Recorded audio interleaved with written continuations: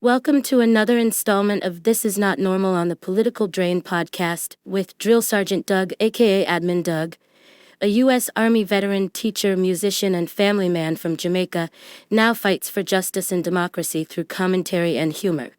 Follow him on YouTube at Political Drain and at Sons of Liberty Official as Drill Sergeant, aka Admin Doug, continues to protect our freedoms. Great way to start the week. A special live stream. I don't know what Doug's camera is doing, so I'll just go ahead and introduce myself. I'm BigSarge. If you don't know who I am, it's right there, the nameplate. And our special guest tonight is Dr. Alli Mohammed. I'm probably mispronouncing that. Sorry if I am. Of the Revolutionary Black Panther Party. And there's Doug. That's me, Drill Sergeant here of Political Drain, of Sons of Liberty, and Closer to the Edge as well. And I'm also extremely happy to be hearing from Dr. Mohammed. How are you, my friend? I'm good, great. How are you all tonight? I'm excellent. Very. I just had tacos, so my day is complete.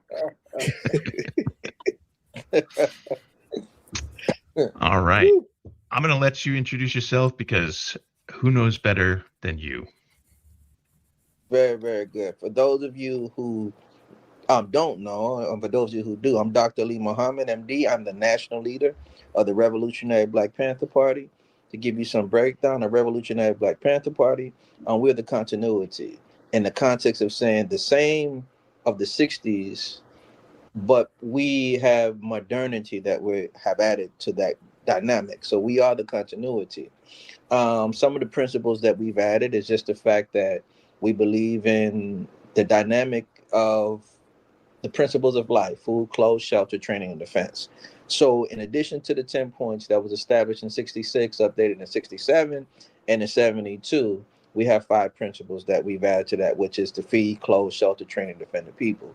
In that context, we do consider ourselves, according to international law, the Geneva Convention, Inter-American Commission, as militarized, but also domestically, according to the Second Amendment, as a militia in that juncture. So we are, how would I say, structured in a way that we have a chain of command that makes sure that the mission and purpose at hand is always in accordance with the safety and the basic objective of the people. Those let's talk about the first 10, and I mean, well, I guess 11 rules or ideals from the 60s that before you added on the last 5. Okay, very good. So you mean you want me to go over them?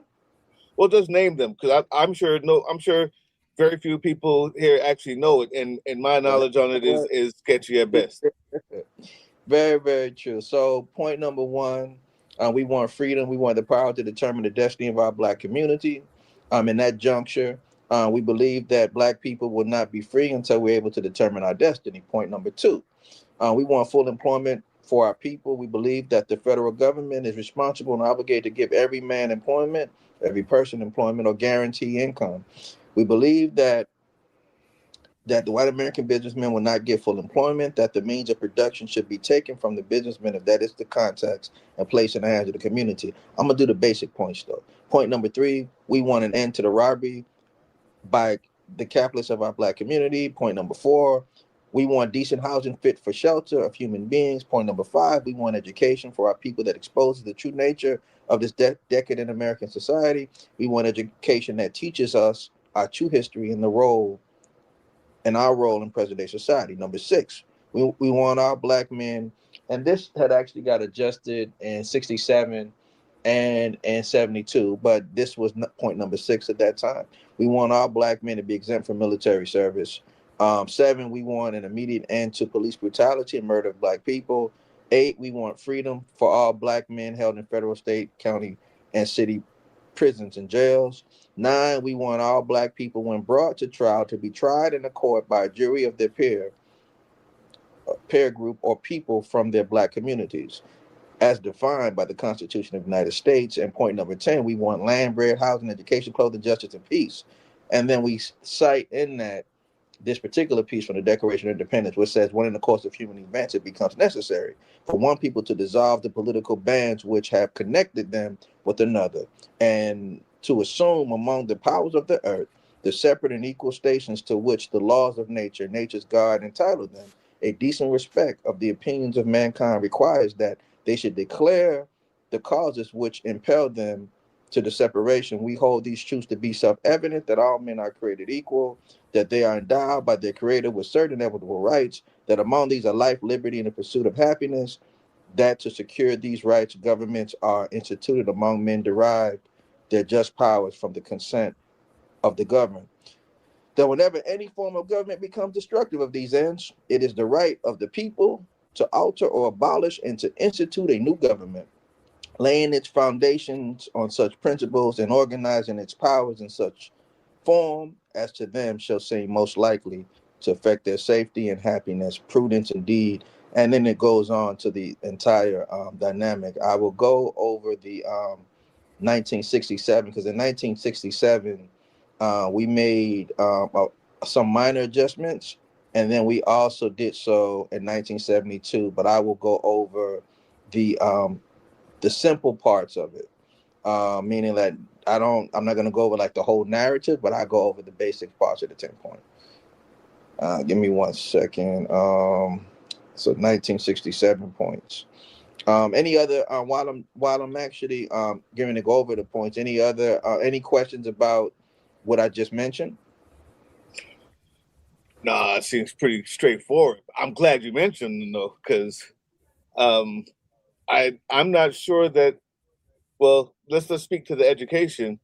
Knowing the education that we have, especially in the South, I don't think that, as we'd say in Columbia, nail one of them would have ever been mentioned when the name Black Panthers or the Black Panther Party has come up, whenever anybody has been graced enough to even learn about them in school. So I'm glad that you said all of that and all those points, because that is a much different perspective, is a much different narrative than has been painted about what it is you guys do. I appreciate that, and definitely it is important that people truly understand what position we have. So what happened with point number 6, where it talked about military exemption, it was replaced with we want completely free healthcare for all Black people, and then in 67 that changed to we want completely free healthcare for all Black and oppressed people. So everything in 66 and 67 was similar, with exception to how point number 6 and I think it was point number 2, how we made some adjustments. But I'm gonna go over 1972 update. So 1972, which was the last time we really officially updated it collectively as a consensus. We want freedom. We want the power to determine the destiny of our Black and oppressed communities. Point number 2, we want full employment for our people. Point number 3, we want an end to the robbery by the capitalists of our Black and oppressed communities. Point number 4, we want decent housing fit for the shelter of human beings. Point number 5, we want decent education for our people that expose to the true nature of this decade in American society. We want education that teaches us our true history and our role in the present day society. Number 5, we want completely free health care for all Black and oppressed people. Point number 7, which is very important, we want an immediate end to police brutality and murder of Black people, other people of color, and all oppressed people inside the United States. So whenever somebody stands up and they say whatever the Black Panther Party's position is on other people being oppressed, point number 7 makes clear what we're talking about. We want an immediate end to police brutality and murder of Black people, other people of color, and all oppressed people inside the United States. And we've taken that even further to make it the international dynamic. We're connecting to oppressed people all over the world. We want immediate end to all wars of aggression. We believe that the various conflicts which exist around the world stem directly from aggressive desires of the United States ruling circle and government to force its domination upon the oppressed people of the world. We believe that if the United States government or its lackeys do not cease these aggressive wars, it is the right of the people to defend themselves by any means necessary against their aggression. Number 9, we want freedom for all Black and oppressed people now held in U.S. federal, state, county, city, and military prisons and jails. We want trials by jury of our peers for all persons charged with so-called crimes under the laws of this country. And number 10, we want land, bread, housing, education, clothing, justice, peace, and people's community control of modern technology. And same dynamic, when during human events it becomes necessary for one people to dissolve the political bonds which have connected them with another. So that is the 10 points, and it's imperative that we understand that when it comes to dealing with the party, because those objectives are what we stand on, and these are measures that are fair and just for any people. Our background, and what a lot of people get confused about, is the fact that when it comes to race in this country, it's such a very trivial thing. Race started in 1676 after the Bacon Rebellion, which is when Black slaves and white slaves got together in America to fight against the ruling class, to fight against slavery. The ruling class then in turn created the social construct called race. That's what they did. And with that social construct of race, they created white privilege, they created racism, and they created white supremacy and racial warfare. And that was, in essence, to beguile the average or the impoverished and the everyday white person in America, that because you have this color, you have a privilege over others while we oppress everybody the same. So that's been a trick that's been used quite a long time. Like even when it comes to the dynamic of certain necessities like healthcare, like staples for food and things like that. We know that red states happen to be the predominant states for EBT, SNAP, health, all of that stuff, all the stuff, HUD, everything that's actually needed for human survival. The red states tend to be the majority. But a lot of people in those areas vote and act against their self-interest because they're manipulated by racism and by rhetoric and rabble rousing and race baiters, and that's an unfortunate thing. Which is why the first time recently when the shutdown happened and the EBT dynamic wasn't, active as well, you notice that in those states there was a plethora of people at the food bank, and it's a very interesting dynamic, to the extent that when FDR created a New Deal, it was considered a patriot. It was say it was the most patriotic thing in America when he created a New Deal. That's what people were saying. But the New Deal, was governed to white people first in America, including even veterans. Black veterans couldn't really get any type of like the VA bill or I'm sorry, the GI Bill or different loans that were governed for veterans. At first, that didn't happen. Even FHA and HUD was a white thing, and black people wasn't getting it. And basically, it was considered patriotic. It wasn't until Dr. King, fought so much around the '60s and the Voting Rights Act and the Housing Act and all these different things that he fought for got into fruition, to the extent that LBJ was like, I think I just lost, the South to the Republican Party, and that's when they transitioned over. But the point I wanted to make is the fact that when he did that, and black people start being inclusive, black people start being included in the social services and housing and employment. This is when the racism began to start getting heavy with that. So in the '70s, they came up with the welfare queen myth. There was a woman in Chicago by the name of Linda. I can't think of her name right now, but she was considered an anomaly, but Reagan is the one who helped to create and exacerbate that myth. But it didn't start until we start getting some of those services. But FDR that New Deal wasn't made for us, directly. Anyways, and for a long time until Dr. King fought for it, we really weren't getting it. But yeah, so that's the context of that. But I'm here for any questions. I like questions, so I'm here for any questions that you all may have, or that some of the listeners may have. Got one for you. Paul asked, how do you feel? Do you feel that the U.S. government is capable of using federal taxes to fund free healthcare? Well, here's the thing. They play with us because when you start getting into politics and you see really what that's about. So you saw what's written in the actual Constitution. It speaks of the public welfare, and it talks about don't misquote me on. I know it's like Section 8. Is it Article 2, Section 8, where it speaks about that the Congress is supposed to use taxes for the the public welfare. I'm paraphrasing that. So here's how the political scheme of things work. Whenever we talk about politics, sometimes people be like, "Oh, you're a Democrat. They started the Ku Klux Klan." Yeah, but the Republicans started the actual Jim Crow. The question is why and what are the roles? So traditionally,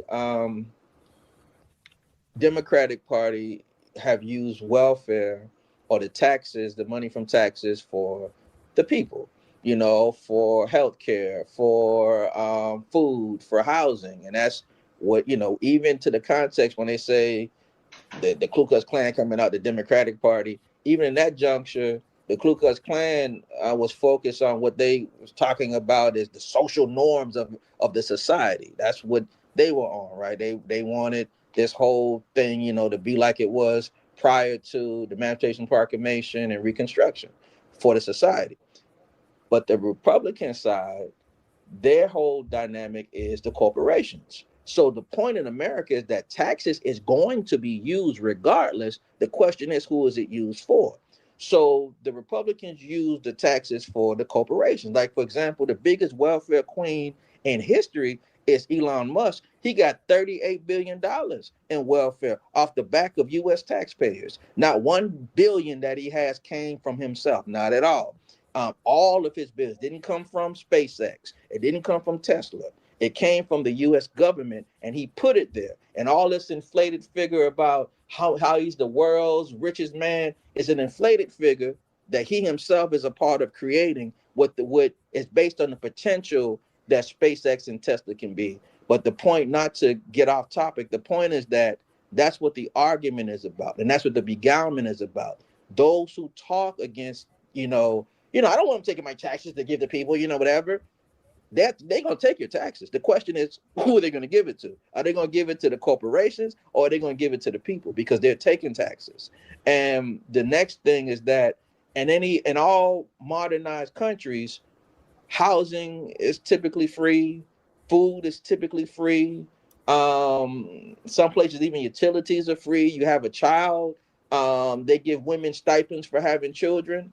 America has become the only country that take these taxes from people and give it to corporations instead of giving it back to the people. Your taxes are supposed to go back to you, and it's supposed to go back to the people. It's supposed to go for your health care. It's supposed to go for your housing. The only thing I feel that you should be paying, yourself for, if you want like a luxurious car, that's what you into, and luxury, yeah, that's your thing. But as far as housing and food and healthcare and education, those things are supposed to be a part of any system, regardless of what people think. Whether they say, oh, that's social, whatever they want to put on it, that's a part of, I'm going to say, functional society.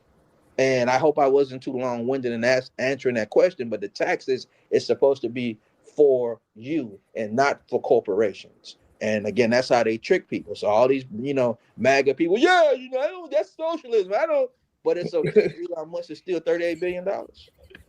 You're going to let a South African scammer roll up and scam you out of $38 billion, and that's okay? You're going to let them roll up in the government and create the thing they call Doge, coming out of Curtis Yarvin School, who is the ideological father of Vance, of J.D. Vance, and Elon Musk. You're going to let Curtis Yarvin's philosophy hijack you. What is Curtis Yarvin's school? In his work, The Butterfly, is it called The Butterfly Revolution 2022?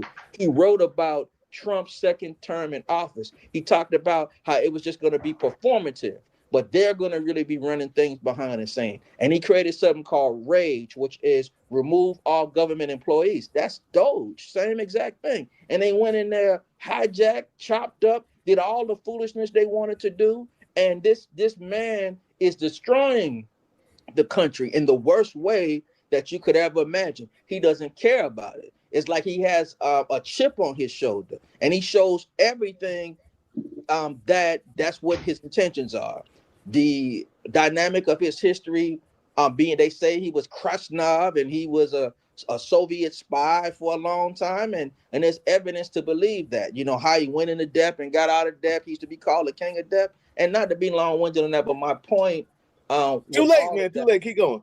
Yeah, but my point with all of that, Curtis Yarvin said that people talk about, a lot of people, they start talking about, the international bankers and the Rothschilds and we in a new day. Some of the Rothschilds, they ain't even alive no more, like the ones people talk about. Now we got Bezos. Now we got Zuckerberg. Now we got Gates. Now we got Soros, and they all the same, whether it's on the left or the right. Now we got these people, and these particular people are your modern day so-called Rothschild mythology that people put together. These are the people that are under Curtis Yarvin's idea of they want what they call a techno authoritarian society where they breaks us. They say they want to destroy government. What is Curtis Yarvin's philosophy? Look him up. He says that the people under his ideology and power, he said, just do whatever you want to do. He said, push the buttons. He said, just keep on doing it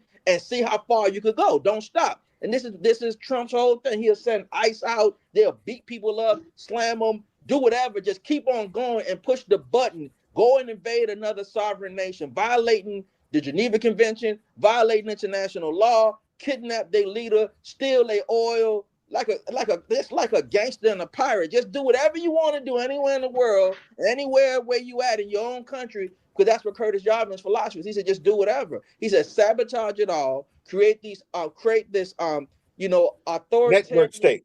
Techno state where Silicon Valley runs everything. No longer big oil, but now technology, and that's where we're at right now. And so that's how deep that stuff is. But that's Elon Musk's ideological father and J.D. Vance's as well. I got another audience question. Is it true the early Black Panthers had a lot of Black World War II veterans? Yes, as a matter of fact, the original symbol of the Panther actually came from a special brigade of a Black unit in the military. I'm trying to think, was it the 76? Give me a second. 763rd Tank Battalion, if I think I know. Yes. Part of Patton's Third Army. Yes, absolutely. This is all you got to do is say, Sarge, what was the name of that? What was the name of that group again? If it has anything. I might have the Tank Battalion number wrong. 761st Tank Battalion. Yeah, 761st. Yes, and that's what the symbol first came about. And a lot of those soldiers that came back, coming out of World War II, they when they came, Robert F. Williams is one of them. Basically, he was one of the first to arm Black people to defend rights under, exercising the Second Amendment. He was president of NAACP, and when racists and when the Ku Klux Klan were attacking the community, and I think a Black woman even got abducted and raped, he armed his NAACP chapter. They told him, we're not with that. You can't do that. We're not violent. So he said, forget about it. And he started the Black Guard that society called Negro with Guns. So Robert Williams was the first, and that's supposed to be his background, to my understanding, that he was a part of that as well. That was Monroe, North Carolina. Yes. And then After that, you had the Deacons for Defense, and they were the second armed group of Black people who were, a combination of veterans and clergy. And then, yes, in Lowndes County, Alabama, in 1965, which is the actual origins of the public document of the Black Panther Party, started by Stokely Carmichael, who's a SNCC, aka Kwame Ture, and H. Rap Brown, also known as Emmanuel Amin, peace, rest in power to him, and Mikasa Ricks. They got together under the ideas of Kwame Ture, and they started the Black Panther Party to protect and secure the Black vote in Lowndes County, Alabama, because Black people would get beaten up at the polling stations, kidnapped, and lynched. And so he said, we're going to arm ourselves, use the Second Amendment to protect and defend ourselves. Then he journeyed to Oakland, and he went to Merritt College, and then at that time, Bob Steele and Huey P. Newton were students, and they were moved. They were in a group called Revolutionary Action Movement, which talked about armed resistance, that we had to decolonize ourselves to be liberated with an armed resistance. But everybody saw Kwame Ture armed now, so they wrote for permission to use the name and the symbol, and they were given permission, and that became another phase of the Panther, and the most popular phase of us coming out of Oakland, California. So that is within the history. But a short answer is yes. As a matter of fact, our National Minister of Defense is a veteran. He was in what do you call it? He did. I know he did 2 or 3 tours. And he I'm trying to think of his MOS. I know he'd probably be mad if I don't, because I don't remember his MOS. But anyways, he's a veteran, and we have veterans right now within the party. And it's a very deep dynamic. But yeah, a lot of members were former veterans, including Geronimo G. Jaga Pratt, who helped train the LA chapter so dynamically that when the LAPD would try to do different things, we were able to hold down the chapter. So the SWAT team was created in LA just to deal with the tactics that he learned from the military, that he taught that chapter in LA. The first time the SWAT team ever came into existence was in Los Angeles, California. And the first time they were used was on Black Panthers in that LA shootout. So that's the history of that with that. And he was a decorated veteran, Geronimo G. Jaga Pratt. And he took the role of Bunchy Carter, who was assassinated, who was the leader, who actually brought in 5,000 Slauson gang members to become politically educated and now become a positive impact on the community. And then when this leadership got broken down, we know that those who know the history, the Slausons became Crips and all of the other stuff that happened. But the point is that, I mean, the youth that were Panthers that come out the Slauson tradition became that. And I mean, that's some of the history. That's why a lot of the people that know the history call a lot of the organized street tribes or gangs bastards of the party, because they are the offsprings of the revolution, and they just got social engineered in the other direction. Well, that kind of goes to the next question we have from Fred Jimenez, or Jimenez, sorry, excuse me. Fred Jimenez, I believe is how you would pronounce it. Grew up in the 60s. Panthers had feds after them, and there were some violent, scary times. How are today's Panthers going to deal with all the bad connotations and conspiracy theories against the Panthers? Well, my parents were Panthers in the 60s, coming into the 80s. And I will say that, growing up a Cub, I grew up, on the principles. There is a lot of information, and my parents were very, very strong and strict on learning and studying. So there is a lot that comes with knowing the history, knowing that stuff, to the extent that we were sometimes a little paranoid growing up, because we thought everybody was the pigs of the feds. The mailman was, the delivery people were. That's just how that, sometimes you grow out of that, but you live with that. So to answer all of that, COINTELPRO, which was created by J. Edgar Hoover, He really started with Marcus Mosiah Garvey when it comes to black people. But anyways, J. Edgar Hoover started COINTELPRO, and there were different programs in COINTELPRO. COINTELPRO, the basic objective was to disrupt, distract. I'm gonna give you the actual breakdown so I could thoroughly answer that question. So it was to disrupt. I know neutralize is in it, but I don't want to take it out of context. So let me see. The basic objective that J. Edgar Hoover gave for COINTELPRO was to disrupt, expose, disrupt, distract, and neutralize. There you go. Goodness, expose, disrupt, distract, and neutralize. And he did that on many levels. They had a program called Brown Mail, how they used gossip and slander, character assassination, fake phone calls, fake messages from this person to that person. They created a feud in the Panther Party back then with the East Coast and West Coast split came out of that. They created an issue right here in Chicago where with Jeff Ford, Imam Malik, and Fred Hampton Sr., rest in peace to him, and they created a try to create a feud and a war. So they always have utilized that, but it's also the CIA had a program called MH Chaos, which the whole major objective was just to make major chaos and everywhere you could imagine in the black groups, and they had certain CIA operatives and informants that infiltrated the group. That was the CIA's program, was MH Chaos. The FBI's program was COINTELPRO, and then U.S. military intelligence used something called Operation Garden Plot, and that had other dynamics inside of it. And not only that, when we talking about answering that question, these programs, Nixon had some things. When Nixon came up with the Southern strategy, it wasn't just politics. He created the war on drugs. Look it up. John Ehrlichman, who was his top advisor, look it up. John Ehrlichman made it clear. He was the one who actually structured it.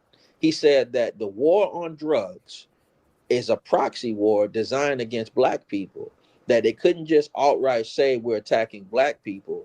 So they used that as a proxy war to break up the Black Panther Party, to break up the civil rights movement, and to go after the white anti-war left. And that's what that was all about. And so how do we deal with it now? How we deal with that is that I'm not going to put all our secrets out here, but I'm just saying how we deal with it. But I'm just going to say what I could say to you, sir, is that we have a very strict process on joining. When you fill out an application, we screen you. We do backgrounds, and I'm just going to say publicly, there are two major things. I'm going to say two of the major things, not all of them, that could disqualify an applicant. One is if you have any type of sexual assault charges or anything like that, no matter what it is and what it entails, that's automatic disqualification. So no MAGA can get in there. That's what's up. Gotcha. Yeah, those guys. Yeah, Trump and people with him and Epstein. Yeah, none of them. Yeah, gotcha. No MAGA at all. And the other thing is, if a person ever came up on someone's paperwork as an informant or an operative for any agency, anything like that, they definitely can't join. So those are some of the top two things.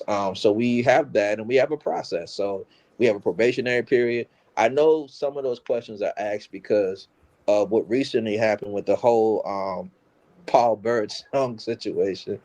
I know that's why a lot of people ask the question, and it's like, well, did the algorithm just take off, or was that intentional?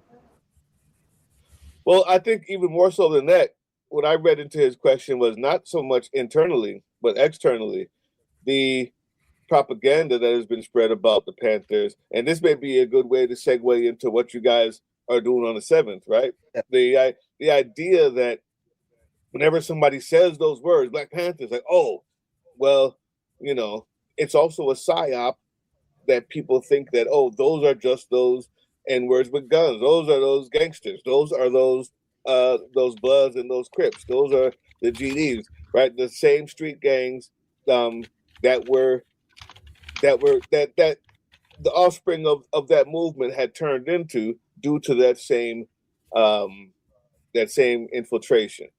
And so I think more so than just, or equally at least, is not only you guys stopping that infiltration, but how do you project to others? How do you stave off that idea, those misconceptions of who you are? Like I said in the beginning, when you were giving those 15 points, and why I said they need to be said. Well, number one is, we tell our own narrative and our own story. So our work, does supersede it. Like even me personally, anybody, go to my personal social media, which has a lot of that work. Our basic mission is to feed, clothe, shelter, train, defend. So if you have a Revolutionary Panther Party chapter, those are the things you have to be doing: food programs, clothing programs, housing programs, training programs. We have literacy programs for people who need continued education, financial literacy, all different types of literacy. We have prenatal, postnatal care, domestic violence prevention, couples classes, drug treatment, drug rehabilitation. We also and we also train people for self-defense to be able to protect and defend themselves. And so that's what we provide. And so that's one thing we show and prove about the work that we actually literally do. The other dynamic is also just to break down who we are, what we are about. We've never been about that. The party came about out of necessity and out of oppression. Like talk about the Lowndes County history with Kwame Ture, that was to secure the black vote. The Oakland history because of oppression in Oakland, the poverty, unemployment, poor housing, dilapidation, and the terror by police. What a lot of these police departments did in LA and in Oakland, they intentionally recruited people in like certain southern states that they knew at that time they were intentional. They screened them that would be very aggressive towards a black population, and that's who they sent out to attack the urban community. They didn't use the people that were there. And you got to think about it like this, not to get off topic, but it's just how we found out the fact that ICE has a facility in Israel, and that there are IDF agents that co-train. So it's like, whenever you have to attack a people, you always use a foreign person. Even though you got white people in Oakland, they got white people away from the South. And it's like almost like a Red Dawn scenario. If you're going to really destroy a people, you want to bring people from the outside to do so. Because regardless of how racist and barbaric the history of American policing is, because it started from the slave patrols, there is a certain level of things that that certain people are just not going to do. Regardless of who gave them orders, nobody's going to intentionally mess up their own country and community. But when you have people who are from somewhere else, the same tactics they do in their own countries on the people they oppress, they're okay with doing that here in America. And like I said, a Red Dawn scenario. But the other thing I was going to say, as far as the stigma, they say that we're racist. They say that, oh, that's just the Black Ku Klux Klan. We've never been that. And we definitely are not racist. The Revolutionary Black Panther Party, we believe in all power to the people. Black power for black people, brown power for brown people, red power for red people, yellow power for yellow people, white power for white people, proletariat power to the proletariat, and women power for women. Now, a lot of times when I say white power for white people, a lot of my white comrades say, don't say that. But here's because that's become white power has become such a but I said, so here's the point. There's a toxic side to everything I just said. There could be a toxic side. There could be a toxic, women power, a toxic immigrant power, a toxic proletariat power, toxic black, white, red, or yellow. What that mean by toxic? It can be toxic because how you're expressing that is to oppress other people and hate other people. That's not empowerment in a positive way. And so the point is that everybody needs power and everybody needs an identity, regardless of what is going on. If a white person is going somewhere and you have people who don't like him because he's white, he gotta have power and rights and stuff. I mean, that's not cool, to do that to anybody, regardless of race, color, or creed. It is a fact that America is very racist and structurally racist against black people. It's also true to the sociological definition that racism is prejudice plus power, which means that being that America is a predominantly, white-oriented society, we as Black people, we can't be racist, but we can be hateful and prejudiced. Meaning we don't have the power in the housing, the employment, over the, we don't have the judicial power, we don't have the political power, but we can be hateful and prejudiced and wrong and evil, and that's just as bad. The same way women don't have the power to be sexist because it's a male-dominated society, but a woman could be hateful and prejudiced and evil, whatever that goes along with that, et cetera, et cetera. But my point is that so we're not, we are, our ideology, one position, we are Black nationalists and Pan-Africans, but when we say Black nationalism, it's not the same as when somebody, and I'm not trying to disrespect any white nationalists, I'm just saying it's not the same thing though. When we say Black nationalists, because we've been treated as a nation within a nation, our communities have been treated like that, almost like we're colonized. And so basically that particular dynamic is for us to be able to protect and defend ourselves and survive. But we're also, we stand on human rights, we stand on internationalism, and we stand on being good people no matter where we are, and we're not racist or prejudiced against anybody. We believe in all power to the people, and ultimately it's we the people, meaning that if we're going to pull this thing together, it got to be we the people, because the people that the ruling class target everybody. I always say it's a tier system, and it's true. They target all of us, whether you think you're MAGA or not. They coming after you. At the bottom of the tier system are white people and marginalized white communities. Above that is white women. Then you keep going, and above that you're going to get a tier of different and various immigrant groups. Arabs, Indian, Chinese, et cetera, et cetera. Then above that is Latino or Latinx or Hispanic or, et cetera, et cetera. And above that is Black people. So the point is that, and Trump showed something. He said that Chicago was going to F around and find out what the Department of War mean. And he loved the smell of deportation in the morning. And we responded, we clapped back here in Chicago. We didn't play no games with that. We didn't take that lightly. Then after he started doing all this stuff in Chicago, say he wanted to bring the troops there to fight crime, and because crime has always been this dysphorism, like for Black, and crime and status for immigrants. I mean, for brown people. I mean, not immigrants, but just brown people. Period. Getting back to the point, but he showed something. He went straight to Portland, the whitest city in America, and started wreaking havoc on white people. Renee Good is white, and so is Alex Pertee is white. And as Black people, we've been talking for a long time about how we could be driving in a vehicle and we haven't done anything. And it's true. I've experienced this my whole damn life. We could be driving in a vehicle, haven't done anything at all, not a criminal, everything's right, and you get pulled over, you get disrespected, you can get thrown out your car, slammed on your head, and you could get killed. We've been complaining about it for a long time, and then they'll lie. Well, he lunged the vehicle. He reached into his waistband. Oh, he did have a gun on him.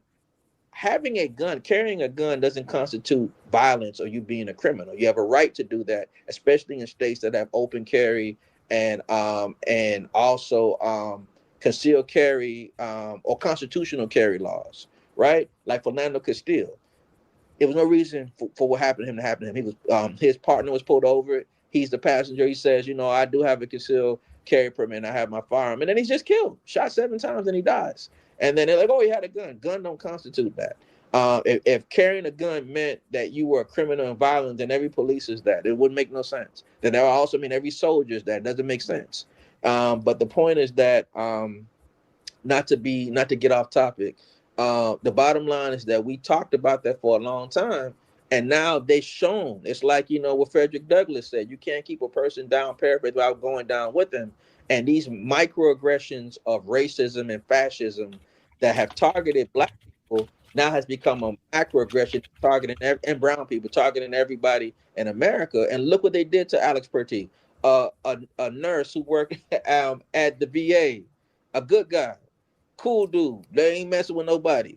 They outright beat him down to the ground. One comes and goes into his pants and take his firearm out and run with it, and they execute him, and then say, "Oh, he's a terrorist, came to do maximum damage." The dude was all over the ground getting beat up. They said Renee Good launched the vehicle. She was going away, and they jumped in front of the vehicle and shot her through the windshield in her head.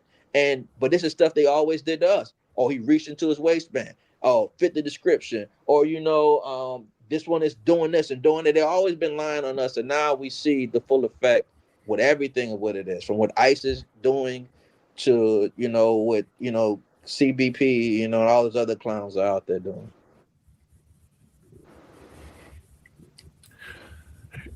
Any other questions?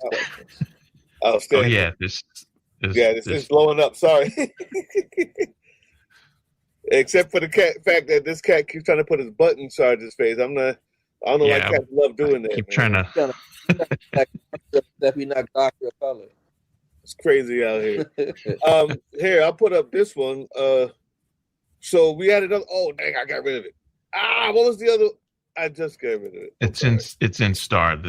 It's candidates.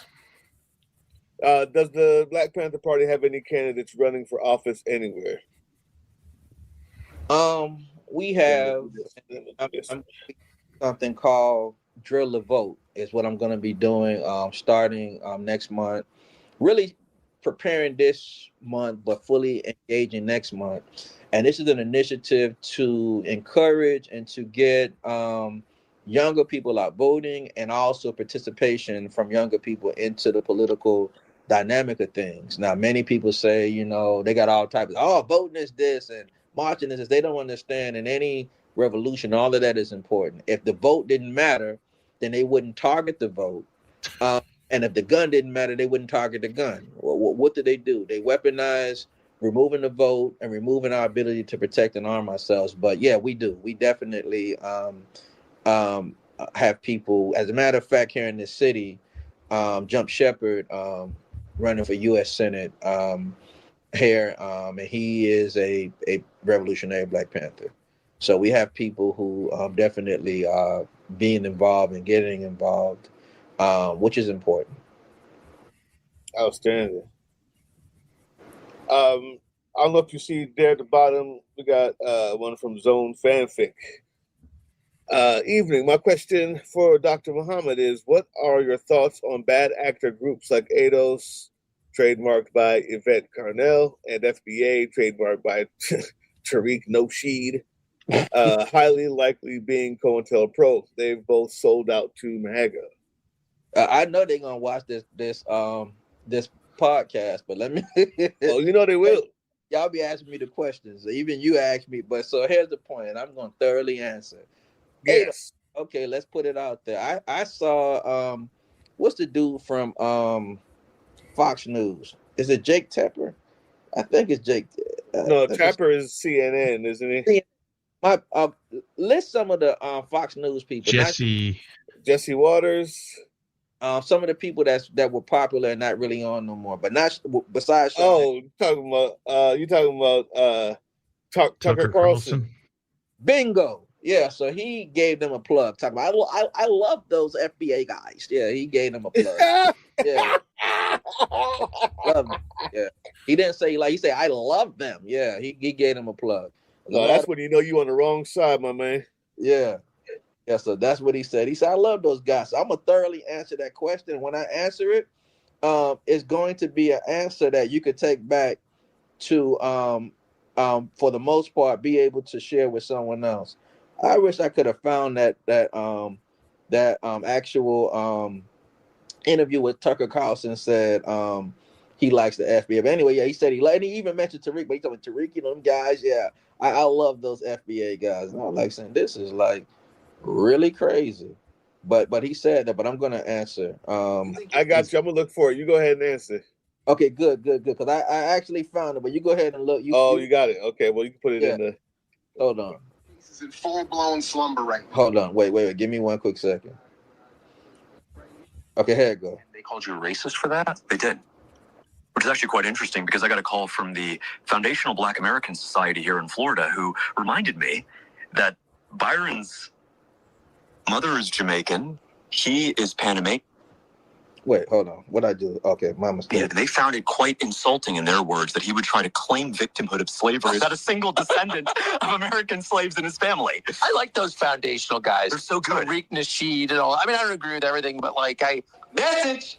Let's just run that back. I messed that up. Let's just run that back. But anyway, yeah, he say he like those guys. You know, Tariq Nasheed. You know, he likes those guys. He's gonna go golfing with them. But here's the thing about it. So Tariq Nasheed, Tariq started off with the Pimp Macking series. That's what he was doing. So he started off with this series of books to, you know, guys that I'm just speaking now a little urban that be considered square, learning how to relate with women. So he had millions of actual followers in that dynamic with the Pimp Macking series, and he had a bestseller with that, and that got into social media. Then he started.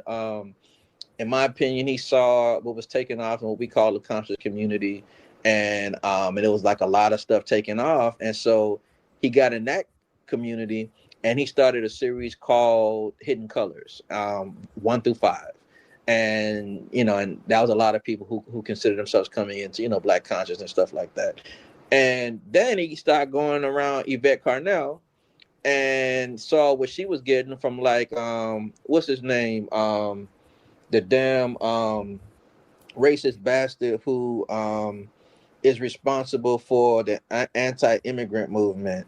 What's his name? Goodness. I'm trying to think. I mean, the Madison Grant was the first, but I'm trying to think of his name right now. Anti-immigrant movement. Who's the father of the modern anti-immigrant movement? I'm getting somewhere with this. Talking about Fuentes? No. But PFIR, what she was a part of, is one of his groups. Trying to think. Anyways, it'll come back to me. I don't know why. And fair, FAIR. But my point is that she was a part of this right-wing anti-immigrant, you know, dynamic where she was getting funding from them, and that's what ADOS really, you know, really is a hub for that, right? A hub John Tanton for racist, white nationalist, anti-immigration, and blackface. And so Tariq Nasheed came around. I guess he didn't want to be under nobody, so he took her idea and put FBA on it and started the Foundation of Black America, which is no more than MAGA and blackface. That's all it is. Chocolate cover MAGA and chocolate cover white racist anti-immigrationists. That's all it is. And it is definitely like a psyop, and it does definitely smell like COINTELPRO. They created a new slur called tether, new cult-like ideology called being on code and off code.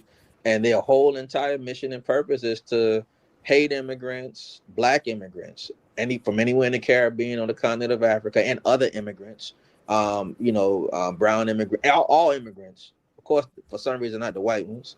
And just like MAGA. And not only that, to push policy like that and to push support for Donald Trump and to hide and say it's about reparations, but haven't done anything constructively. But yeah, it's just Black MAGA. That's all it is, a new form of Black MAGA. And it serves no purpose to anything at all. It's just absolutely garbage and crap. And it fools people because he try to confuse people like FBA means like saying Black or African American. It does not. When people use the term African American or Black, no one ever say, oh, you know, if you're not Black or you're not African American, you know, you're tethered. Nobody ever made slurs from that. This is a cult movement. It's not even anything real. And the ideology surrounded by MAGA and white anti-immigration nationalism and blackface. That's all it is. To answer that question, I hope I answered your question.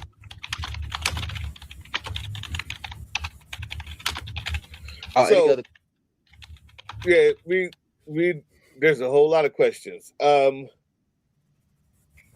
I want to make sure that we get to what's happening on the 7th, but there's some more stuff. So let me get you oh my gain is GX6 VM says, sorry I was late to the live, but does RBPP accept other people of backgrounds, not just Black folks?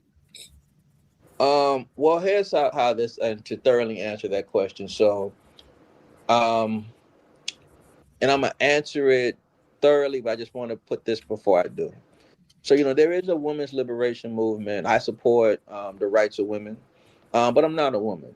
So I definitely can't directly join the women's lib movement, but I can definitely be involved in coalition with them. And so this is how I go. The Revolutionary Black Panther Party, we're Black Panthers. So we're for the self-determination and empowerment of Black people in that juncture. But we do have coalitions with other people. So we have a people's coalition membership for people who are not Black. So that means if you are a white comrade and you want to be affiliated, you definitely can do an application and be a coalition member. In essence, it's a people rainbow coalition. And not that I'm attacking rainbow, but for some reason when you say rainbow these days, people just think we're talking about one thing, but we mean the human rainbow. We mean the black, brown, red, and yellow coming together and unite. So we have a coalition membership that comrades who are not Black can engage and be involved in. And to be honest with you, we kind of always had that. That was actually started in this city with Fred Hampton Sr., rest in peace to him. He started the Rainbow Coalition with the Young Patriots who were white and had around from Appalachians, working class white people, with the Young Lords who happen to mostly be Puerto Rican, and the Brown Berets who are mostly Chicano or Mexicano, et cetera, et cetera. And to this day, we have a coalition with Brown Berets and Young Lords, and also white comrades throughout the spectrum. So if you are a person who's non-Black and you want to be a part of Revolutionary Black Panther Party, yeah, we have a place for you. You can do application. It's just a difference between the fact of our self-determination and our own autonomy, and understanding that some people get confused. So we stand up for the protection and security of our rights and our humanity as Black people. And in that juncture, we stand strong on that, but we also stand for Black and all oppressed people, whether it's Black, brown, red, yellow, or white. And that's the difference, because a part of our survival deals with the fact that we stand up for our humanity. But the short answer is, if you're interested in joining, you can be a part of our coalition. Okay, so we have other questions, but I felt it pertinent to put on some people who I enjoy watching, the Grits and Eggs podcast, just to further reiterate the point. Black American. These niggas ain't involved in nothing outside. They ain't doing shit outside. They on the internet looking for niggas that look just like them to degrade and call tethers all day. I don't see these niggas doing no work against none of these fucking Nazis, none of these fucking Klansmen, nothing. All I see is them niggas calling out other Black people all day. That's divisive as fuck. Questioning niggas. Where you from? Where was you born? Nigga gotta show you your freedom papers? Damn, massa. I gotta show you the freedom papers? Who is these niggas on this nag? Bunch of motherfucking Stevens over there trying to check a nigga blood. Want to check a nigga papers. Sound like ICE. Excuse the language, white folks. I'm just saying we're here today to be honest, and this is how it sounds in the Black neighborhood where they actually care. So we can continue on with the show. Sorry about that, sir. I hope we don't get demonetized for that. Big sorry. I actually wrote a book. Let me see if I can put the link to it. I can't even get the link. I'm using this phone, but after the fact, I can send the link. I wrote a book that's called MAGA and Blackface: The Hijacking of Black Power by the FBA Movement. So I got a book, FBA Cult Movement. I have a book that I wrote about that. And so here's the thing now. One of the things about it is that it's very true, but they compelled me to do what they, the whole lineage thing. I went back. I was able to, go to the 1870s and 1840s with my lineage on that side of my family, my Black of America part of my family. Point that it's just garbage, what they do. It's divide and conquer. It's silly, But it's also funny because Steve Bannon said he was going to have something like that. He said that if he could get 20% of the black community to be confused and disrupted, that he was going to do it. He was going to put millions to do it. And Elon Musk ain't too far around the corner from doing that. And Trump himself is not too far. So, yeah, all of that is garbage. It's a code. It's nothing conducive to our liberation at all. February 7th. What's going on? Oh, yeah. Okay, very, very good. So February the 7th, 2026, Cookeville, Tennessee. We want all people who believe in justice and who are against fascism, genocide, and racism, and the MAGA regime to stand up armed with us in Cookeville, Tennessee.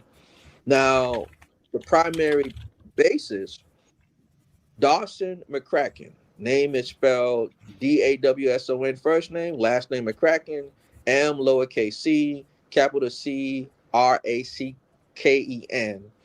was murdered June 8, 2025 in Cookeville, Tennessee. So let me give some background. So Dawson's mother is white, his father's black.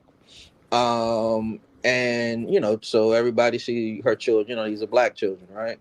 Most people don't know, and I'm gonna just tell the story. Dawson actually voted for Trump. Dawson was pro MAGA, pro law enforcement. They were very conservative Christian before this happened. The top of the family was. So that's giving some background. So he wasn't even somebody. He was actually an ally, if anything, to them. In that juncture. And he didn't. They didn't do it ill will. They felt that being that was who they were as conservative Christians. That's what they supported. For a lot of people who get duped to think that it's based on family values and it's just some other stuff. Because Trump ain't got no damn family values. I mean, Melania's a porn star, and all that stuff Trump was doing, being a power bottom, doing whatever he doing, the Bubba putting his phallus in his mouth. I don't want to get into all of that, but whatever. Epstein Island ain't got nothing to do with no values. But getting back to the point, and all those MAGA people that's on that stuff is garbage. But let me not get distracted. So what happened is that his sister called for a welfare check because he said he didn't feel well. He felt like he shouldn't live. It's a mental health dynamic. But he wasn't violent, wasn't aggressive. When the Cookeville police, who happens to have a lot of racism in their ranks, came to the home, they saw that his fiance was white. And so she pulled out his picture, and one of them, she said, got red. And he was like, he ever put his hands on you? Start saying all this crazy stuff. And so then when they finally came to him, one of the officers approached him and had an AR in his hand. And it's recorded. It's on their cams. And he's like, y'all are here to kill me? He said, I just don't feel good today. He said, I just feel horrible. Just paraphrasing what he says. And he kept letting them know, he won't harm them, not even gonna harm himself. He just, needed somebody to talk to. So instead of them having a crisis intervention team come out, it seems like since the shift was changing, they just said F it talking to him. F it trying to talk to this person who just needed somebody to talk to and needed an anchor of support. One of them took his AR-15, fired until it jammed. I think he got like 21 shots out of it. And then the other walked up over his body while he's wounded by this AR and you might as well say just about dying. And he unloaded his magazine, but he shot him in his body first, and which means he had to count the shot because he made sure the last shot was a kill shot to his head. And on the audio recordings that we have now that the public doesn't have, Dawson is saying, why are y'all, shooting me? I'm not gonna harm y'all. I didn't do anything to y'all. But they blared that out when certain people did get it. But there's audio saying it. But my point is that to summarize what happened to him, Dawson McCracken, they came to him, they shot him 36 times and killed him for no reason. He didn't point any guns at them. He didn't pose any threat to them. He just needed help. And they killed him because he was a black man over 6 feet. And that's really what it was. With a white fiance. And so yeah, that's a big part. Let's make sure you remember that part. Yeah. So that's what happened to him. So February 7th, 2026, we're asking people to stand up against fascism, oppression, racism, and also this MAGA regime. Come to Cookeville, Tennessee, February 7, 2026 for the Armed March. That's what it's called. Armed March against genocide, fascism, racism, and this MAGA regime. Justice for doctrine and practice. We want you to come. Everybody who supports the Second Amendment. And people will say, well, what does that have to do? See, Dawson also, on person, he had a firearm. He never reached for it. He never pointed it. When they shot him down to the ground, he had a firearm, but he never pointed at anybody. He never reached for it. None of that. It's all on video. But my point is that it's like trippy. Just to carry don't make you violent or pose a threat. And if you believe in the Second Amendment, that if you have in a similar situation, we're all human. We all go through something, especially those of you who are veterans. You already know how that goes. A lot of veterans. Yeah, see, I'm a psychologist. I specialize in trauma and PTSD. So here's the point. So you can have any type of crisis. If you want to get a crisis because you may have a firearm in your possession, not pointing at anybody, maybe in your pocket, maybe concealed in your holster, like it was concealed. His own was concealed. They just knew that he was a carrier. But anyways, that don't make you a target. It should never, because if that's the case, every police is a target, every soldier is a target. It doesn't make sense. But the point is that we are inviting everybody out to Cookeville, Tennessee, March the 7th, 2026 for the Armed March against genocide, fascism, and the MAGA regime. Now, if someone said genocide, that's a big word. Well, here's the point of that. According to actual current, the last statistic was done on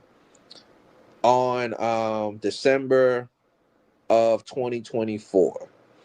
And in that statistic, it deals with the actual level of police killings amongst Black people. And I'm going to give you some statistics. According to Economic Institute, June 5th, 2020, and a report entitled Black Deaths at the Hands of Law Enforcement, it says that Black deaths at the hands of law enforcement are linked to historical lynchings. U.S. counties where lynchings were more prevalent from 1877 to 1950 have more officers involved killings. George Floyd's death was more than just a murder. It was a modern-day lynching. The agonizing similarity in the death of Floyd, Ahmaud Arbery, and Breonna Taylor is that current former police officers participated in their lynchings. From 1870 to 1950, nearly 4,000 individuals were the victims of lynchings. Some have speculated that as many as 75% of the historical lynchings were perpetrated with the direct or indirect assistance of law enforcement personnel. Despite drawing attention from large crowds, many perpetrators of historical lynchings were never charged with the crime because police did deputize a lot of people at those lynchings. According to Huffington Post, November 4, 2015, report entitled Police Killings Surpassed the Worst Years of Lynching. It states police in the United States killed nearly 300 African Americans each year, a number that surpasses the highest annual tolls of lynching during the Jim Crow era, 300. So that's almost every day, right? According to the Washington Post, Fatal Force, people who have been shot and killed by police from 2015 to 2024, it states 2022, 261 Black people killed. That was as of December 29, 2022. 2023, 251 Black people killed. That was as of December 27, 2023. And 2024, 259 Black people were killed that year. That was as of December 30th, 2024. So we're talking about every 28 to 34 hours in this country, a Black person is killed by law enforcement. In any other country, that would be considered ethnic cleansing and genocide. So that's where the term is there. Also, not only that, what ICE is doing to the brown community is definitely a form of genocide and ethnic cleansing. And so, we already know the MAGAs on this great replacement theory idea, just like FBA do it in blackface. They got the blackface version of great replacement theory, but it is what it is. Real quick, Somebody asked this. So far as I know, there won't be a Sons of Liberty live of this. We're gonna try to get it on Political Drain, though. I want to let you know that, BigSarge. And for some people who may be on Political Drain is the other channel that I'm on. In case people, there's a lot in this chat who don't know. On that channel, on the same day after 5, because the thing is from the actual march. The armed march is from 3 to 5, correct? Correct. 3 to 5 p.m. Yes. After that, okay, at 3:30 to 5. After that, Political Dread is also doing a fundraiser on our channel, and you did not know that, Dr. Ali, but this was something I wanted to present here live to people. This is for all of it. So we're going to be doing a fundraiser. After that, we're going to try to get it live, and then directly after that, it's going to be a fundraiser where we're going to be giving away stuff. There's ways to win things, but we're trying to raise money for the resistance. There's people who need.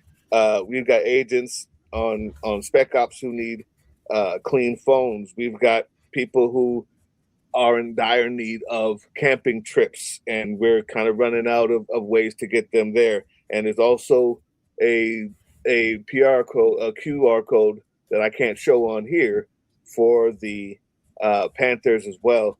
And we plan on helping out on all 3 of those fronts after this march. So you guys go to Political Drain. We're doing a live fundraiser for the whole thing. We're just trying to. It's going to be fun. We're going to be talking about Black history. We're going to be talking about what we just saw. If we can get it live, we are trying. I promise, Dr. Ali. But you guys make sure that you keep that Saturday open, because we're going in, people. We're going in, and we'd like to do what we got to do. Very good. For those of you can come, again, you come to Cookeville, and support. Stand up armed, for justice and justice for this family. Stand up armed against Margaret James. This would be the first time that we as the people can come together to stand up, show that we are armed against fascism and that we're armed against this Margaret James. Because too often people are under the assumption that only people on the right could be armed, so they don't understand that there's a lot of us who are armed and who believe in being armed and, and who believe in protecting and defending ourselves, Working on it. Plan to stream. Oh, there it is. Or be there. So that's the other part is one thing that the Sons of Liberty has that Political Drain does not is that membership and that Discord and the group of people who have said, yeah, I don't want to be a part of this. Whenever we have things like this going on, especially when we have things like this going on with historic groups that can be trusted, and especially for reasons that are about helping others and are about helping our fellow men, that are about getting justice, and especially when they're armed. The Sons of Liberty, all of you in that cat section, should want to make it your best effort to have our flag there, right? So you can be there, think about it, try. Everybody's having a hard time, but these are the types of things that we would like to see. And now, SOL, we're also going to be live. We're working on it. Hopefully, we can be live. If not, Political Drain will be live for, but we're going to be live for this here. So if you can't make it there. Try to make it there, especially if you're SOL and you're in Tennessee. Make it there. It's Saturday. Make it there. Show up. If you can. If you're in Alaska and you can't get there, you can probably see it live here. And then afterwards, we're doing that Spec Ops. We're doing the Spec Ops fundraiser, which, like I said, is needed for a lot of things going on. So it's a lot of stuff happening on Saturday, and it all starts with this, man. Appreciate it. Somebody asked about other socials. For me, my IG is Dr_ALLI_Muhammad. That's Dr_Ali Muhammad. Dr_Ali_Muhammad. That's my IG. Dr_ALI_MUHAMMAD. Also, Facebook is same ALLI Ali, middle letter O, MUHAMAD. That's Ali O Muhammad. And TikTok, you can find me on TikTok. I think with the same actual the same credentials, you should be able to find me on TikTok. Trying to think. I think my TikTok is like I am Naeem's father or something like that. But I'm trying to if one of you see it, if maybe you can probably put that pin that whenever you can or whenever you go over the video. But if you all want to reach me, I mean not reach me, you want to follow my socials, you can do that. IG is Dr_ALLI_MUHAMMAD. Facebook is Ali O Muhammad. That's ALI middle letter O MUHAMMAD. And like I said, I don't know the TikTok offhand. I think everybody's getting off TikTok anyway. Yeah. What's that other one's name that everybody keeps saying? Eric, are you on this? And I'm like, what is that? I don't know. Feed, up, shoot, up, stream, something. up, boot. I don't know. And TikTok is @justice, @justice for Naeem Carter 614. That is the @sign, the word justice, the word for FOR, and NAYIM, last name Carter CARTER 614. So @justice for Naeem Carter 614, and also Dr. Lee Muhammad MD. You probably could just put my name in and I'll come up on TikTok or either one of the platforms. But I guess that's it for that. Benny Loco, good to see you here. Trump Talk. That's exactly what it's called. That's what it is. Trump Talk. Trump Talk. Trump Talk, man. Paul Temple, I'll try to get you in touch if I can, sir. Yeah, just like the beef. You have any conditions? Candidates running for? Oh yeah, we answered that. Did we? Yeah. My fault. I thought you had a follow up. No, did we follow up with the? I think there was part of the question about when you were talking about the FAB or FSA, something like that, the organization. Yeah. And your personal perspective or even just the organization's perspective on, I guess, Black MAGA, call them MAGA blackface. Kind of wanted to get you to elaborate more on that. Yeah, well, I think the sickest thing in the world is the whole Black MAGA garbage. You know, I don't even know how it could exist. It's like it's an oxymoron to me. You know, it's like you know it's so my opinion on Black MAGA. You know, Black MAGA is just that. You know, it's no more than the Great Replacement theory in blackface. Is no more than anti-immigration, white nationalism in blackface. Is no more than Trumpism in blackface. And we already know what MAGA is. MAGA is a fascist, disgusting, hateful, deplorable regime. And they're also scammers. They're just stealing and taking all kind of stuff. So the whole idea of Black MAGA is garbage.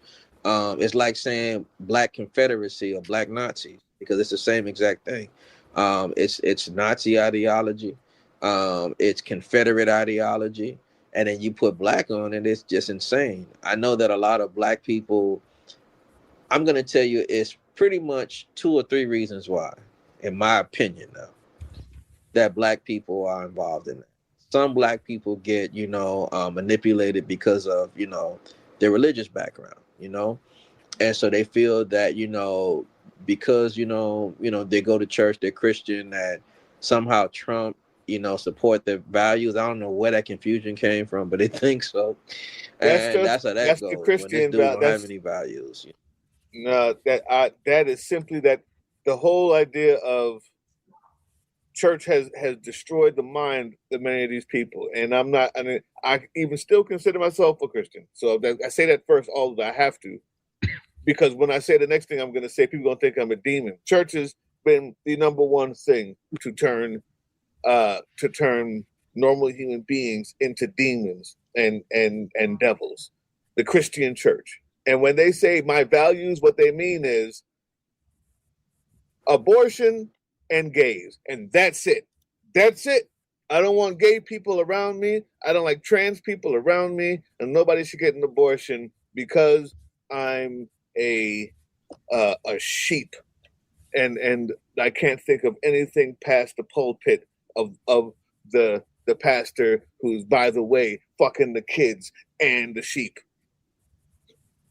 after they get off stage. So anyway, that's what they mean by values. Just in case people needed to understand what they meant by values. But you can continue, sir. I apologize. Okay, so that's one reason why.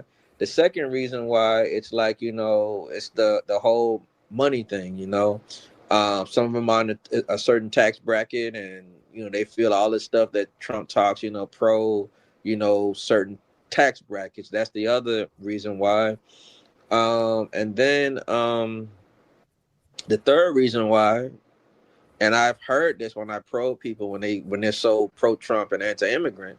Some of these people were in relationships with people that were from other countries, and they mad at them, and so they mad at them, and they just need therapy or some counseling, and that's why they support it too. So they either hate immigrants already, it's their religion, or it's money, and that's there's no other reason why.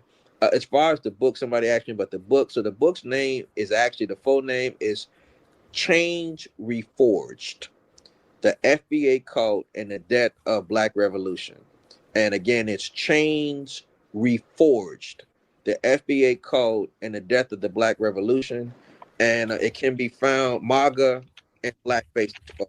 It can be found on Gumroad is actually what I have it on. I'm gonna let me see if I could copy this link, and I'm gonna send it to y'all. But anybody want to get the book, it's a very, very, very powerful book, because I break down every aspect of what it is, and really how some of the arguments that they use is contradictory, because they say, those people don't like us, and then I'm saying the same argument you make, we got those issues amongst ourselves already. Black people from the South be hating on black people from up north, and vice versa. They say, "Oh, you Bamas," and then they'll be like, "Oh, you bougie," and all type of different West Coast, East Coast. We can be in the same city and have issues, and that ain't just black people. That's everybody too. White people, that's just humans. Humans gonna always have some issues with other humans, and make an excuse,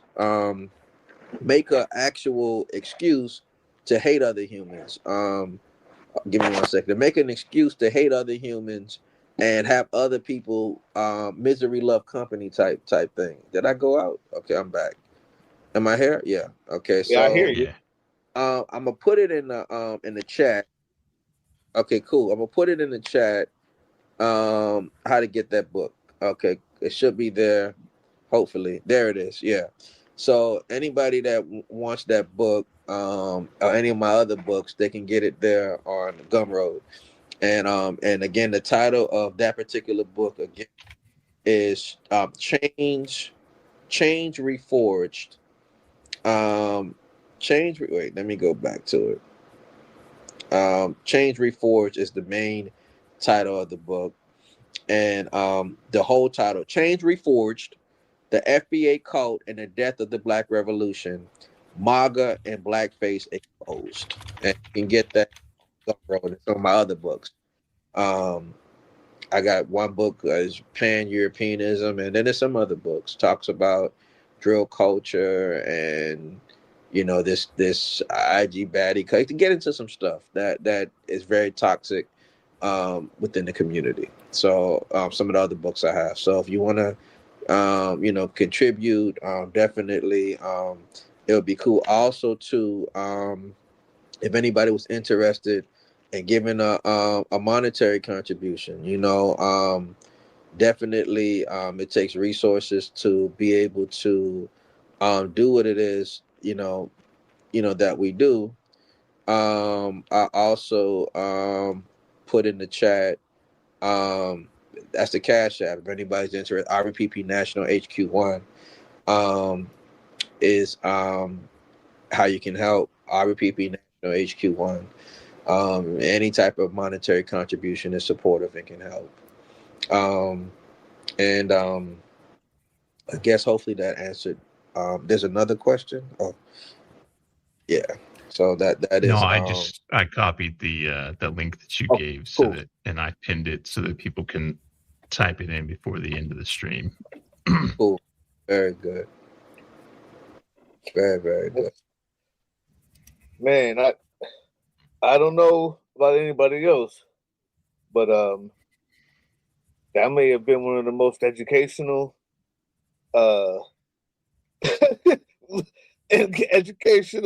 informative, intentional lives I've ever been a part of, man. Listening to you speak, listening to you go over the history, listening to you go over the connections, inspirational that I've ever been a part of. That I appreciate it, man. That I don't know if we may have more questions. We can stay on longer, but I'm just saying. I definitely appreciate it, brother. Thank you. I appreciate both of you brothers. I appreciate. Go ahead. Oh, I didn't want to interrupt. I did have a follow-up question. Sure. What type of training for when you talk about self-defense? Obviously, the one thing that most people think about when they think about Black Panthers is the iconic image of armed Black men standing on some steps to a building. So that's what everybody thinks of, because that's what's kind of been burned into the collective conscious. Never mind the fact that Black Panthers, have a history of building mutual aid networks for communities. So with regards to armed protest, what kind of training that you can speak of, do you and advice do you have for the people in the Revolutionary Black Panther parties who go out to protest that are armed? Because nothing scares old white people like Black people with guns walking down the street, I guess. So the question is, what type of training do we have? That you can publicly speak of. I'm sure you probably have some proprietary stuff. Well, yeah. So we in the Revolutionary Panther Party, we have 2 boot camp training each year. And when I say boot camp, it's also like a return boot camp, meaning that one of them is a week long. The other one can be up to 30 days, just depending on the person's time. I'm not going to say exactly where, but we have 3 camps that we do training. Basically, we go over, conventional military battle drills, like battle drill 1. We go all the way through the battle drills. That's in the party. And as much as I can give out, I'm just going to say that. Then we also have civilian-based training where we train people, not those military battle drills. Most seasoned Revolutionary Panthers are trained pistols, rifles, shotguns, and proper carry, all that good stuff, and field medic type training as well. Also, as far as hand-to-hand combatants, we have a system that's called Tutakinga. That's a Kiswahili word for self-defense. If anybody is familiar with McMap that the U.S. Marine Corps has, or Krav Maga, it's kind of similar to that, but there's some modifications. And that comes out of also my experience. I studied Wushu at the age of 5 from my father all the way up to age 12. then got into Okinawa Kobayashi, Shorin Karate, earning a black belt. And then 5 years boxing, 5 years Muay Thai, 2 years Brazilian Jiu-Jitsu, and military type combative training as well. So that is what we offer. And most seasoned Revolutionary Panther Party members are well trained. As far as rules of engagement, on an international level, we believe in the Geneva Convention and international humanitarian law, which means that the only people that ever get injured if we have to go into battle are enemy combatants and not civilians. And those are soldiers who are enemy combatants, and we believe in the Geneva Convention dynamic that's also humanitarian as well. That if you take a POW, you feed them, you treat them right. If you ever get captured, you give rank and serial number. On a domestic level, militia, all the rights that come along with that, and all that applies to that. So that is some dynamic into what we are in that way. But then it's like a uniqueness, because then we're also political in the context of, we believe in having people go into politics, having people go into office and things like that. So we're multifaceted, but in the ways of being armed and defense, that's our position. And as much as I can answer, that's what we stand on. All right. Follow up to that. I'm presuming you have people who are interested in taking self-defense and learning about their Second Amendment rights. Yes. But they're afraid of guns, basically. They don't. How do you overcome that with them? Well, a lot of times the people that are afraid of guns, sometimes it's for like spiritual reasons. Sometimes it's just, for, I'm going to say, and no disrespect to anybody, like utopian reasons. Like, I don't want to pick up a gun. No, I just don't want to harm anybody. So one thing I always try to explain to people is that there's not one thing that exists on this planet or even within the universe that don't have some type of defensive mechanisms. Like I even tell people, even roses have thorns. And if certain insects bite into it, they'll die by some of the fluid that's in the rose, because even the rose protects itself. Trees have sap and other things that kill insects and predators that can try to destroy it. Even fruits to a certain extent, But the point is that when it comes to not wanting to do that, self-preservation and self-defense is of the first laws of nature. Even our bodies are designed like that. We have an immune system that protects us from foreign things coming to attack us. And so we never had a time in human existence where we weren't able to put it like this. When we understand ourselves as human beings, our whole existence has been about survival. Even sex is about survival. When we we saw someone that could be our companion, it was about survival. Does this person have what's necessary to carry my progeny into the future? That's what men did. Women the same way. Is this person resourceful? That's a part of our human evolution. It's always about survival. So the point is that self-defense, which is it's connected to the first laws of nature, self-defense and self-preservation. So people who are against it just understand that it's a difference between self-defense and being an aggressor and being offensive. That we have it is a natural thing to defend yourself. They come from a religious perspective. What did Jesus say in the Bible? Jesus talked about, he said that when I send you out into the world, did you lack anything? You know what he said? He said, I'm just saying for the religious people. He said, did you lack anything? He said, when I send you out. He said, so from this day forward, paraphrasing, he said, if you don't have your sword, sell your purse and buy one. His only instruction was, if you live by it, you die by it. Put it up, if you live by it, you die by it. So he didn't say, that. But the point is that he said, don't be out here lacking. He said, did you lack anything? Don't be lacking. Then you go into where those scriptures talk about the strong man protects and defend, paraphrasing, his or her home. I mean, the strong person, their home. So the point is that if it's a spiritual reason, then it says in those spiritual scriptures that you should be armed. If it's a political thing, it makes no sense not to be. The Second Amendment says that if it's a human thing, as humans, our actual objective is survival. Self-preservation and self-defense is the first law of nature. So even though we think that we don't want to do it, a murderer, a rapist, a predator, a MAGA, ICE, Gestapo, fascists, whoever they are, they're going to try to take your life.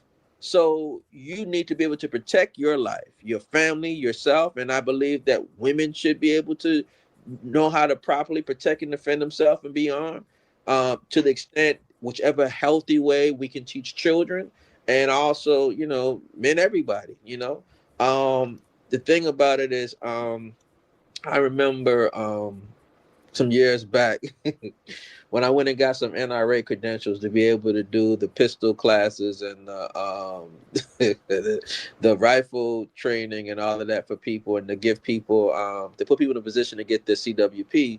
I remember where I went to get it and how I was like the only black person. Everybody looked at me like I was crazy. But my point is that there's also training that is given to children in those environments. So my point is that I'm saying that to say that people that have this reluctancy, there's environments where children are even trained.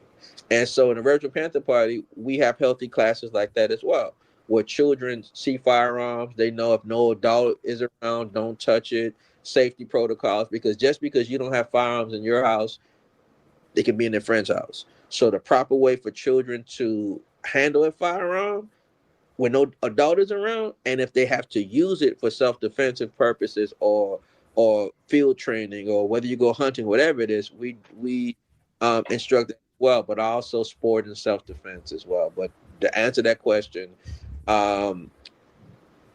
every human being must understand self-preservation and self-defense is not a choice. It's of the laws of nature, that we exist and that we continue to exist in that way. That's why the Second Amendment is important. That's why UN Article 51 is important. That's why the Universal Declaration of Human Rights Article 3 is important. What talks about our right to life and liberty, and all of that other stuff, that we have a right to live. Those things are important, if that answers the question. Yep. Outstanding.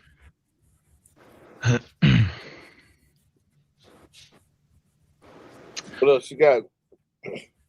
Sarge, I'm done. I don't even know what to say no more. We did have a couple of people who joined late. So they missed kind of the initial stuff, and there were a couple of questions about the Revolutionary Black Panther Party being cool with the LGBTQ community, and whether or not that was a thing, because they missed, your earlier part where you talked about that. Okay, I gave a speech at the Supreme Court a couple of months back. Some people may be able to find that on some of my socials, or also I think Refuse Fascism has it on their website. But here's the thing. Number one, when it comes to human beings, and I don't want anybody offended when I say it like this, but whoever a person has intercourse with and has a relationship with, that's their business. I don't even understand why people made that an issue, in the first place, just to be bigots. So when it comes to LGBTQIA plus, we support every human's right to be who they are and to love who they are. That's nobody should be in opposition to that. We believe in power to the people. Black power for black people, brown for brown, red for red, yellow for yellow, white for white, proletariat to proletariat, and yes, LGBTQIA plus power to that community as well. You have a right. That's actually a human right in a Universal Declaration of Human Rights, and I think it's either point Article 12 or Article 14. It talks about that everybody has a right to marry and to have a relationship with whoever they want to have one with. So whatever consenting adults do, whether it's marriage or relationship or whatever they want to do, that's their business, and we support that. So we don't have any. we support everybody's human rights. Mic drop. That's it. There it is. And there you go. Want to hear it? Here it go. Outstanding, man. We believe in solidarity with good people, just like we had a People's Coalition, Remo Coalition of the People in the 60s. I do feel that with Sons of Liberty and others, that this here definitely is the embarking of a People's Coalition. What people don't understand is that we all may have different ideologies in our cadres or organizations, but our basic objective and goals are the rights of the people, the protection, security, and safety of the people, to make sure that everybody has a country and land they can live in peace and rights and justice. That's what we all want, and we also all are against fascism. So those are the things that we have in common, and we never should ever be divided as the people with the things we don't have in common. If one thing that George Floyd uprising taught us was the fact that when black people, white soccer moms, Arabs, Indians, everybody, veterans, everybody got together to stand up for what was right, it made some change happen too. And we got to always remember that the people divided can never be defeated. And it's not some of the people, it's we as all of the people, and all power to the people. All power to the people. I'm good with that. Yep. Y'all remember the 7th. We're going to try to do it here live, SOL. But in Tennessee, give it, matter of fact, hold on real quick. It is one more time. The March Against Genocide, Fascism, Terrorism, Poverty, and MAGA, especially for the case for justice for Dawson McCracken, will be Cookeville, Tennessee, City Hall, 45 East Broad Street, Cookeville, Tennessee, 38501. And they got the number there, 918-438-5540. We need to show up. If you can't show up, we need to do all the things, man. Donate, be here for the live. We're going to try and do it here live. Be here at Political Drain afterwards for the raising of the money for these groups and for the Spec Ops team. And let's just show up, man. We need each other more than ever. That's my last words. We need each other more than ever. And the whole point of having groups like this is to know that we are not alone. Yes, indeed. Yes, indeed. The people united can never be defeated. I feel like we should just end it on that note, because you can't top that. It's just gilding the lily. And I appreciate you, brothers. All power to the people. And I'm hoping and that, those who listen tonight, that some of you come out and you support February the 7th. Please come out. It's the armed march. We have an opportunity to show them that we too on this side can be armed with discipline and stand up against fascism and injustice. Because as Dr. King said, injustice anywhere is a threat to justice everywhere. All power to the people. 2 claps in the Rick. Do you know 2 claps in a Rick? No, you're going to figure it out as we do it. It's a thing that I do at the end of my videos. I just say 2 claps in a Rick, and then 2 Ric claps, Flair. woo, and then Ric Flair, woo. Oh, right. Yeah. I got it now. That's going to be our show for tonight. I got another live stream tomorrow with, I believe, Josh Turek. I have to update my live stream schedule. Dr. Mohammed, thank you so much for being on here tonight with Sons of Liberty. And we stand in solidarity to support your march on Saturday, February 7th, exercising your Second Amendment rights. And if you're in Sons of Liberty, get your sweet ass to Tennessee. Tennessee. Tennessee. I appreciate you, brother. I appreciate you, brother Sarge, and appreciate you, brother Drill Sergeant, brother Doug. So you all have a very powerful night, and looking forward to more of this as well. And for Sons of Liberty, anybody who is a member, please come out, and all power to the people, family. 2 claps and a Rick. Woo! I heard that. My wife did it from the back bedroom. I'm All right, out. that's our stream. Oh, I got to press the button, don't I? That was the Political Drain podcast, which can be heard on www.groovechillradio.com/political-drain and can be viewed on the Political Drain YouTube channel anytime. Once again, thank you for listening to Groove Chill as we resist fascism in any form, pursue democracy, peace, and love.